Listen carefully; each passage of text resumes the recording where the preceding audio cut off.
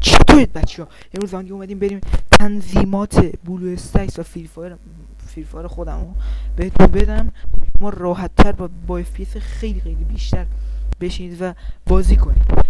حواستون باشه یه سری از تنظیمات فقط و فقط برای بلو استکس و خود فری فایر کامپیوتره که روی موبایل کار نمیکنه. پس حواستون رو جمع کنید که همچین حرکتی نزنید. رو موبایل هم زدید خیلی مراقب باشید، چون ممکن کلا فری فایرتون از هم بپاشه. خیلی چیزه. اگه موبایلتون ضعیفه اصلا این تنظیمات رو نزنین. من خودم موبایلم خیلی ضعیفه، به خاطر این تنظیمات رو روش زدم خیلی لگ گرفتم و دوباره مجبور شدم بازی پاک کنم از اول بریزم. پس بهتون توصیه میکنم که این حرکت رو نزنید به هیچ وجه. برید روی موبایل چیز کنید، همون ساده پلی بدید بهتره. خب بریم سراغ ویدیو. اول من این چیشو جمع کنم. خیلی خوب خیلی خوب خیلی خوب خیلی خوب. خب بچه ها، ما الان همونطور که میبینید از تنظیمات خود گیم هم شروع میکنیم. میایم اینجا این بخش ها رو که اصلا ولش میکنید، میایم اینجا همه این نوتیفا رو من آف میکنم. هر چی اینجا آن بود تو این نوتیفیکیشن آف کنید و اینو آن کنید، اینو آف کنید. این چیه حالا؟ این برنامه از صفحتون فیلم میگیره، صداتون هم ضبط نمیکنه، پس به دردتون نمیخوره. این ریکورد ساوند میشه. صبر کن ببینم.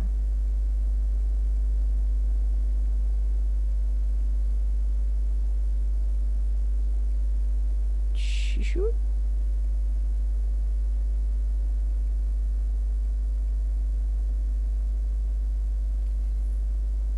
خب ببینید، اینجاست. رچه این برای ریکورد صفحتونه. توصیه میکنم اصلا آنش نکنید، هم OBS خیلی بهتره. پس این لابیه رو با این ریکورد ساوند رو آف میکنید. این اولی آن، بقیه همه آف توی بخش ریکوردینگ.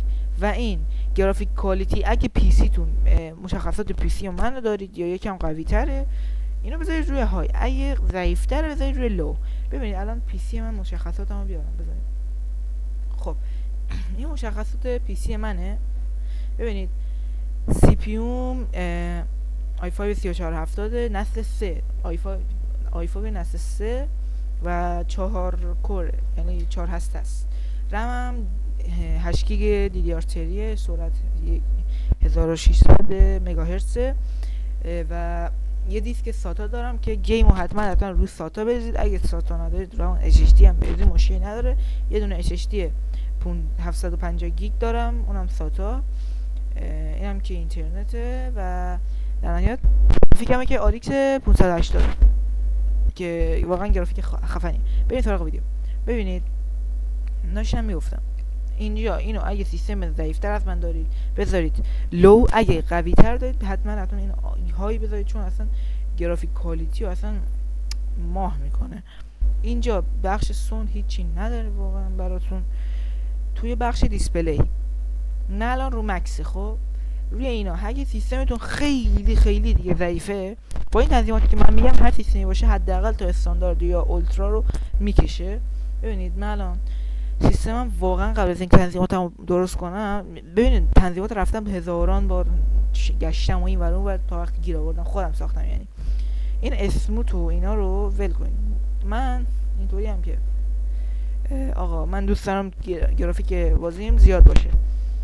اگه مثلا سیستمتون خیلی ضعیفه بذارید روی همین اسموت باشه، و اگه خیلی دیگه ضعیف بود این های اف پی اس رو روی نرمال بذارید، اینو آن کنید و آره این های اف پی اس فشار بیشتری به موبایل کامپیوترتون میاره. حالا من چون پی سی ام فشار اونقدری نمیاره، میذارم و گرافیک هم میذارم روی مکس. حالا این تنظیمات داخل بازی همش به تنظیمات بیرون بازی ربط داره. خب حالا اینا رو بهتون میگم. ببینید اینجا من همه چیزا رو یا روی دیفالت، فقط تنها چیزی که اینجا آنه این با چیز یخمه. اینا رو همه رو دیفالت و کلاسیک و آل گذاشتم، فقط این برای یخ بود چیز کردم و اینا همه روی دیفالت و کلاسیک. اینجا نوبلات رو بزنید، اینجا همه رو روی کلاسیک و نمیدونم آف و نمیدونم همه رو کلاسیک دیفالت آف، اینا همه رو اینطوری بذارید. سنس هم که هیچی. اینا رو ببینید، این آتو پیکاپ رو همه رو آن کنید. چرا؟ اینا چیزایی هستن که مثلا باعث میشه که شما تو بازی وقتی دارید راه میرید لوت جمع کنه خود به خود، ولی اگه نباشه چی؟ اگه نباشه خود ما انتخاب کنید. این آتو پیکاپ سی حتما فست بذارید تا سریعتر بردارید لوتا رو. و این آخری رو با استثنا همه رو آف کنید بچه، خیلی فشار میاره اینا، همه رو آف کنید. حالا بریم سراغ تنظیمات بیرون از چیز، توی بخش خود بلوستکس و امسای پلیر. بلوستکس و امسای پلیر دوتاشون یه شکل هم بچه ها. ببینید اینو حتما من الان سی پی ام 4 هسته ایه، اگه اینجا 4 های داشت مدیوم و اینا برای شما بالاتر بود، یعنی سی پی یو قوی تره. خب شما اینا رو اگر مثلا سی پی یو تون دیگه خیلی قویه، روی حتی اگر قوی ترین اصلا شد یا خدا یادم رفت، حتی اگه آینای 9600 هم اصلا آینای 2012 داشتید، نسل 12 داشتید، بازم حتی اگه رو 12 بود بذارید رو 13 نمیدونم اینا، بذارید رو کاستومایز اینو، اگه سیستمتون 4 هسته مثل من بذارید روی کاستومایز و اینو از حالت آخرش یه دونه پایینتر قرار بدید. این چیکار میکنه؟ اگه روی آخری بذارید شما وقتی که حتی یه برنامه هم توی پس زمینتون، یعنی مثلا این قسمت مثلا OBS من بازه، اگه همین برنامه باز باشه هزار جور لگ و اینا اتفاق میفته و اینو بذارید رو 3 حداقل یه برنامه بتونید باز کنید. و اینو روی آخرین مقدار رم بذارید حتما. اینم روی های پرفورمنس مود و حتما روی های پرفورمنس بذارید. و اگه سیستمتون خیلی ضعیفه بذارید روی لو مموری. و اینجا این سه تا گزینه، این FPS disable display FPS during gameplay، کامل براتون بخونم بفهمید. اینو اگه آنش کنید و اینو آف کنید و این یکی آن. ببینید شما وقتی که اول وارد بازی میشین دوتاشون آفن، اولین باری که میاد داخل این یه دونه آن، اینو بزنید، اینو خاموش کنید، اینو بزنید، این میشه 240 و این میمونه این 60، این 240 FPS. این برید تا آخر زیاد میکنید، میاد توی بخش دیسپلی و اینجا ببینید اینجا بهتره که این پایین الان جایی که موضوع دارم تکون میدم زده 1080، اینجا بهتره که رزولوشن پیشنهادیشو بذارید. حالا من گذاشتم 720 FPS بیشتر بگیرید، شاید اگه دوست دارید پایینتر هم بذارید که FPS بیشتر بگیرید. روی اینم اگه خواستید بذارید مراقب چشاتون باشید، خیلی اذیت میکنه. و آره، و بخش پیکسل نمیدونم چی این چیه، DPI هر چقدر این یه پیکسلایی هستن، هر چقدر این پیکسل‌ها بیشتر باشن و شما صفحه رو تکون بدید صفحه سریعتر تکون میخوره. حالا من این DPI رو من گذاشتم رو 320 یعنی های، و اگه میخواید کاستومایز بذارید زیاد بالا نبریدش، من 320 میذارم بهتره.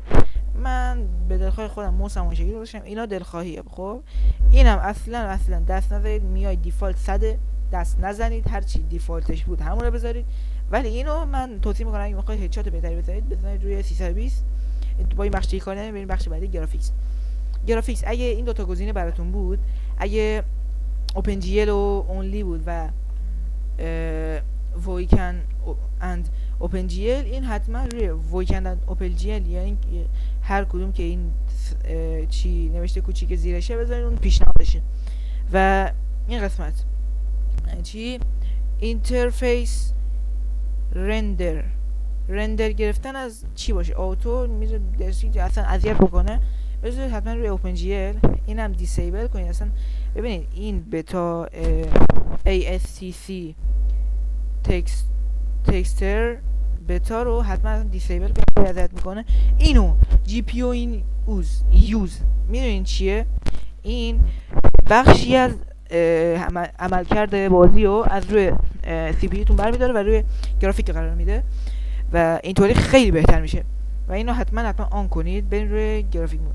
اینو من اصلا نمیدونم چه سمیه چی هست، اینو من همیشه گذاشتم روی این ولی الان خراب شده. شما هم بذارید اصلا آل اپس بزنید. حالا فهمیدم چی یادم اومد. ببینید این مثلا چیزایی که میخواید روی گیم ها بالا بیاد، مثلا میخواید فیلتر شکن رو گیمتون بزنید، حتما اینا رو فیلتر شکن میخواید اینجا آن کنید که وقتی میرید تو گیم عمل کنه و قطع نشه.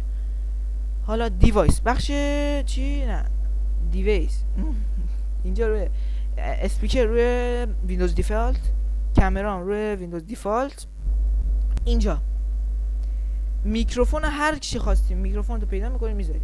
حالا میکروفون هم اینو میذارم روش. گیم پد من ببینید گیم پد اول که بیاد این شکلیه و این روی آتوه. اول از همه اینو از اینجا آف کنید مرحله. بعد گیم پد اینا رو آف کنید. اگه گیم دیگه انجام ندید که با گیم پد دوست داشته باشید اینو آف کنید و سیو بزنید. پرفورمنس مود بچه‌ها، پرفورمنس مود اول که شما بیاید همه این ایکانه به جز این یه دونه اینا آن نیست و این هم آنه. ببینید بلافاصله که اومدید داخل اینا رو همه رو آف میکنید، این بالایی ها رو همه رو آف میکنید، این دوتا رو آن میکنید و این دوتا این یه دونه هم روشنه اینم آف میکنید، اینم آف یعنی ببینید 1 2 3 4 5 6 7 8 تا دکمه رو باید آف کنید بدون این دوتا ESK نمیدونم چی اینو باید این دوتا رو باید آن بذارید که باگ موس نشید. و بخش فون الان با یه فیلتر شکن خوب باشه بالا بیارم. از آیفون حوصله ندارم براتون وصل کنم دیگه، یعنی برای شما که خیلی حوصله دارم عشق من شما بچه‌ها، یعنی اینکه تو تا بخش وصل شه بزنید. اصلا ببینید اینجا وقتی باز میشه توضیح بدم، این قسمت این پایین هیچ دستی نزنید، این بالایی رو باید انگولک کنید تو سیستمتون. من این بالایی رو الان گذاشتم روی S22 اولترا، خیلی بهتر عمل میکنه بچه‌ها. نمیدونم ایسوس راک تویی که بقیه میگن بذارید، روی S22 اولترا واقعا بمب عمل میکنه. و شورتکات هم هیچ دستی نزنید، اورس دیتا هم هیچ دستی. ادوانس ببین نکته کلیدی اینجاست. بذار من برم توی ترینینگ بهتون بگم. ببینید نکته کلیدی اینجا، همتون بازیاتون رو ببندید، کاراتون رو بذارید کنار، اینجا باید گوش کنی، اینجا باید گوش کنی. معلم ها هست میگن آره ای بچه این مبحث خیلی مهمه، اینجا رو باید گوش کنید، گوش نکنید امتحان خراب میکنید. اینا بحث همون بحثه. الان یه VPN رو یاری کنید و بره توی ترینینگ.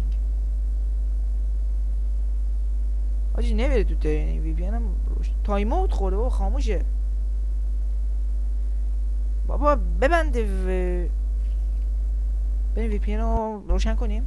بچه اگه برای VPN هم چیزی خواستید، برنامه‌ای خواستید، حتما بگید. من VPN خوبی دارم والا، من خودم باشون وصل میشم، پینگ 300 400 میگیرم و این جایی که من هستم پینگ 300 400 واقعا اوکیه. واقعا اوکیه بچه، واقعا اوکیه. بگم من به پینگ 300 400 راضی باشم، یعنی ببین پینگ 999 باشه ولی باگ بخوره چیز باشه، تیرات رجیستر بشه. من این دوره برای کل ایران آرزو میکنم، دعا میکنم. یعنی این دیگه VPN رو چی میخوای توضیح بده؟ دیوونه شدم بچه، دیوونه شدم. اشکال نداره، دیوونه شدم میگم اشکال نداره. خب ببینید با این سیم تو این وصل شه، برم توی ترینینگ بهتون نشون بدم. خدایا آبای مصنون، اوج بلند و اوج تباهی بود، بوچی هرچی که خواهی بود. بچه من تا الان 2 تا ویدیو گرفتم میخوام بذارم تو یوتیوب، فیلتر شکن یاری نمیکنه. من اصلا به امید یوتیوب این همه وقت ویدیو رو نذاشتم که بیام یوتیوب ویدیو بذارم راحت شم. الان فیلتر شکن هم یاری نمیکنه، نمیدونم بذارم به بعد وقتی باید بذارم. پس یه ذره ساعت‌های 2 نصف شب و اینا دیگه تو یوتیوب هم این ویدیو آپلود میشه، میتونید برید اونجا هم نگاه کنید. حتما کانال یوتیوب منو سابسکرایب کنید. سابسکرایب اسمش هم همین توبیه، توبی بابا استارت شده که چی میخوای دیگه، آنت کردم. خب رفت اینجا نکته طلایی بچه ها. صبر کنید فقط من نکته طلایی رو ببندم. ببینید بچه ها، شما وقتی که میرید تو ترینینگ، الان ببینید من FPS هم 60. خب FPS 60 رزولوشن رو اولترا گذاشت، رو مکس الان FPS هم 60 و اینا با این تنظیمات کلیمه. تنظیمات کلی FPS هم 60 و آره تنظیمات کلی من FPS هم 60 و بعضی وقتا لگ میزنم همونطور که میبینید. اگه میخواید دیگه لگ نزنه خیلی خب الان من زایم میکنه لگ میزنه. حالا نگاه کن. اگه میخواید دیگه لگ نزنه میاد توی بخش ادوانس این شو ویزوال فیدبک فور تپس رو میزنید. این چه میکنه؟ این جایی که لمس میکنید روی صفحه رو بهتون میگه. الان نگاه کنید من لمس میکنم یه چیز سفید رو صفحه است. اینا برای این گزینه است. بچه‌ها ببینید الان FPS من روی 147. حالا چرا اینطوریه؟ ببین بچه‌ها این گزینه به خاطر این گزینه رو گفتم توی موبایلتون آن نکنید. توی موبایلتون یه بخشی هست اون بخش مخفیه باید فعالش کنید و اینکه فعال کردید این گزینه داخلش. این گزینه رو که برید آن کنید موبایلتون اصلا میپاشه، داغون میشه، لگ میزنه، خیلی داغون میشه. پس بهتون پیشنهاد میکنم نزنید روی موبایل، فقط روی کامپیوتر اینو از توی اینجا آن کنید. برای بویوستکس و پلیره و وقتی که آن کردید ببینید الان مثلا من صفحه رو بدون حرکت میذارم، هیچ لمسی رو صفحه نمیکنم، FPS هم میاد 76 60 80 باز بهتره. ولی وقتی که صفحه رو تکون میدم ببینید بازی چقدر روونه. یه لحظه بذارید روی 720 کیفیت ویدیو رو ببینید چقدر گیم روون میشه. اصلا روونی الان من چیزم پایینه، ایکس و وای هم پایینه، نمیتونم درست بزنم و اینو حتما همیشه آن بذارید. من خودم اینو همیشه آن میذارم. بابا لا اصلا عجب پینگم خیلی بده. آره خلاصه که این حرکت رو بزنید واقعا جواب عشق میکنید برای خودتون. اصلا ماه میشه سیستم بالا میاد اصلا. باش اینجا هم حتما چکینگ فور آپدیت رو بزنید ببینید اگه آپدیتاش آپدیت کنید. خب و این یه دونه فکر کنم آنه. وقتی که اولین بار میاد اینجا اینو آفش کنید و بعد سیو میزنید و تنظیماتتون چیز میشه و اعمال میشه و اینا و تمام میشه و میره. فکر نکنم خیلی خوب توضیح داده باشم. خب اشکال نداره. بچه‌ها الان که ما اینا رو همه رو بهتون توضیح دادیم و اینا وقتشه یه چیزی بهتون میگم. پس من به خاطر اینکه این چیزو بگم سفرم بزرگ میکنم، به دوربین نگاه میکنم، میگم ساب کن، لایک کن، بچه ساب کنید، واقعا چنل دارین میمیره، واقعا ساب کنید، یکم بریم بالا بخندیم حال کنیم. استریم هم شاید بذاریم از این بعد تو یوتیوب اگه اینترنت یاری کنه.